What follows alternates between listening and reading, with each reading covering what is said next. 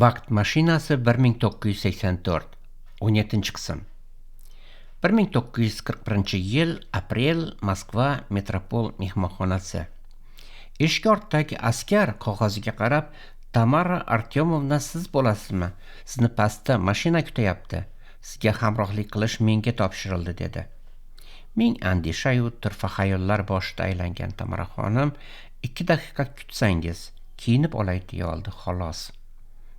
2 qadam yurgach, ongida qanday kiyinaman degan so'roq kometaday uchib o'tdi. Agar qamoqqa olib ketishsa, issiq jo'rob, paypoq, gamash, jemper va paxtalik fayka guppi kiyish kerak.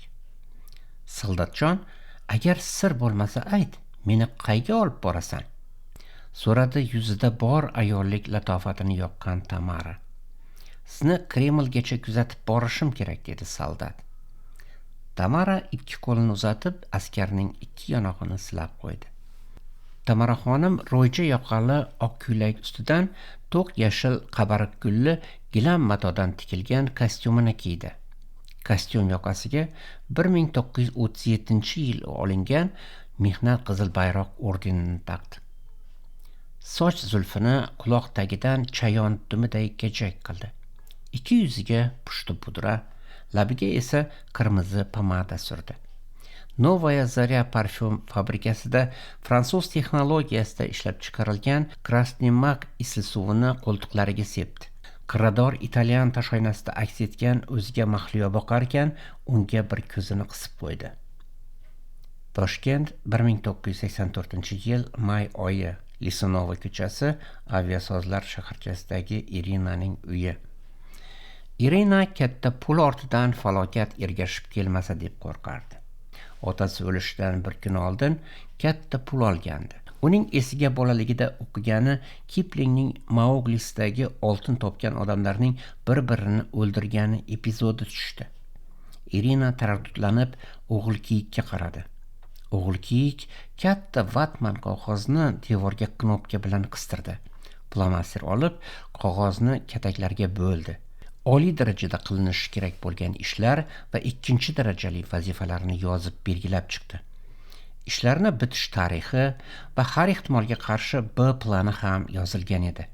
O'g'il kiyik time managing va ish samaradorligini oshirish bo'yicha yaxshigina bilimdon edi. Yosh bo'lishiga qaramay, itpashshalar haqidagi doktorlik dissertatsiyasini 50% yozib bo'lgan.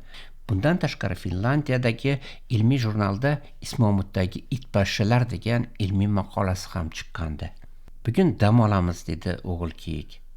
Yangi temir eshikni qulflab pastga tushdi. Kinoteatr yonida yashil ko'zlarini yoqib turgan taksiga o'tirishdi. Tsumga dedi o'g'il kiyik. Mashinadan tushgach, qizlar moviy gumbazlar yaqinidagi yo'lakdan o'tib, rassomlar ko'rgazma zaliga qarab ketishdi.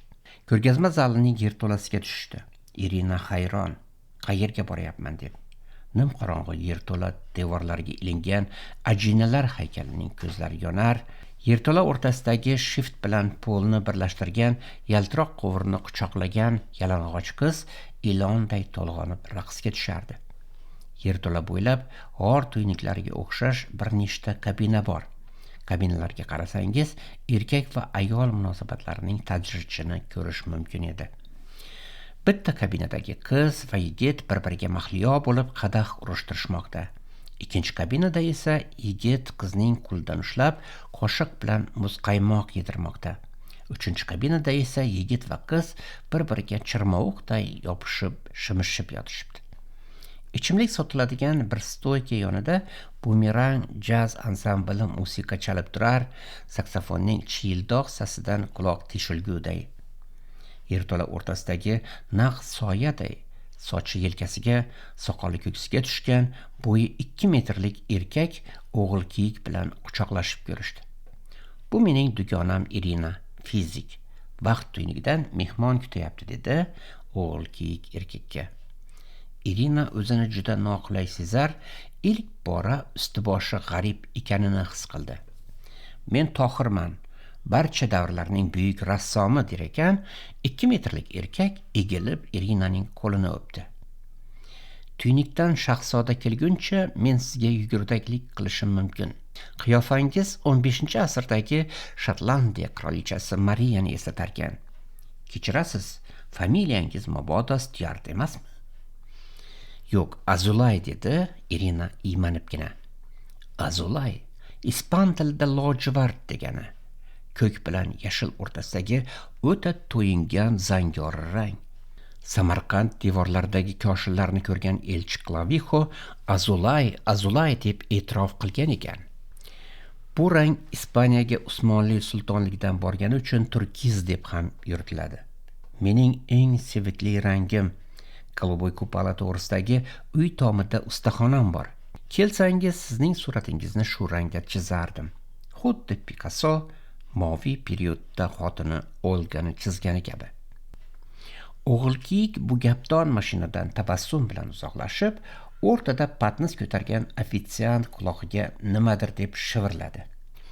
Birpas o'tib oq sochlari oq kostyumli yelkasini qoplagan kishi chiqib keldi va qizlarni musiqa shovqinidan uzoqdagi kabinaga olib bordi. Kabinaga kirib, amr kutib turgan ofitsiant qizning yuziga ham qaramay gapirdi. Krim shampani, tort ptichi moloko va qora ikra. Nonni kesib ustiga sariyog' surtib kel. Yana 2 tarxunam olib. Oq sochli kishi shampan sharobini ustalik bilan ochib, qadahlarini to'ldirdi. Siz yozuvchi va rassom Shuhrat Bobojonning Vaqt mashinasi 1984 audio kitobi 17-qismini tingladingiz. Davomi bor.